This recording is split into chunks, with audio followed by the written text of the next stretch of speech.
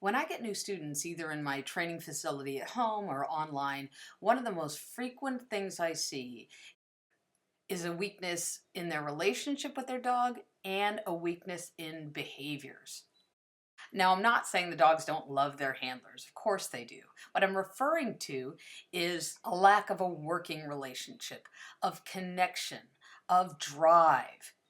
Although it's really the working relationship that needs to be dealt with first, the weakness in the dog's understanding of behaviors, from a simple sit-stay to a contact behavior or weave behavior, stems from the fact that there's not been enough value added to the behaviors. There's been duration added to the behavior before there was only minimal understanding. If you want to create brilliant behaviors, you must create brilliant understanding and incredible value for the behaviors. Creating that brilliance doesn't happen by reducing the amount of value your dog has for behaviors before they even really understand them at all. Let's take a look at that lead out again.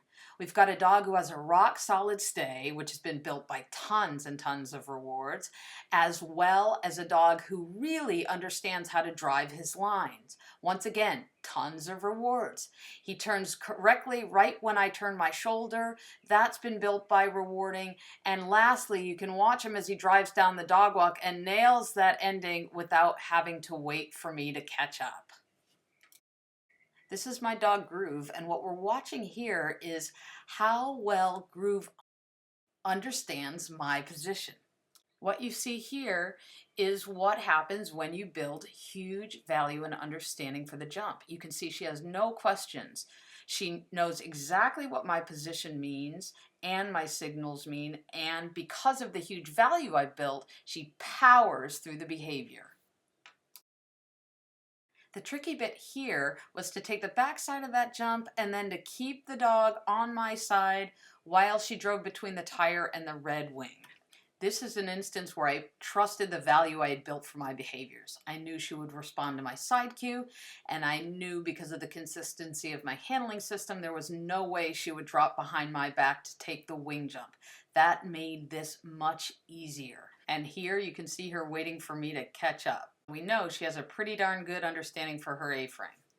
I take the difficulty out of this next sequence by trusting the value and understanding I've built for my dog walk. It makes my getting into serpentine position here much easier, and I create some really nice lines for him through those 3 obstacles. Because I'm not a very fast runner, I have to train behaviors to a high level. Had I not had as clear understanding for the end behavior on that dog walk with Keen, and if I had had to manage the end of that dog walk, it would have made the next part of the sequence very difficult for me. This next clip is just a good example of what building understanding can get you. As we watch Keen leave the ground at the second jump, you can see he's arcing into the turn towards me. You can see that as he lands, he's landing towards me, which creates a great turn. I can create this great turn because I've built a ton of value for my positions. Had I not taken the time and really built value for these, I wouldn't have the understanding I do. Left, get in. T, T, T, T. Left, get in. Get in. Good boy. When you start with clear behaviors, add tons of value and understanding to them, you can create brilliance.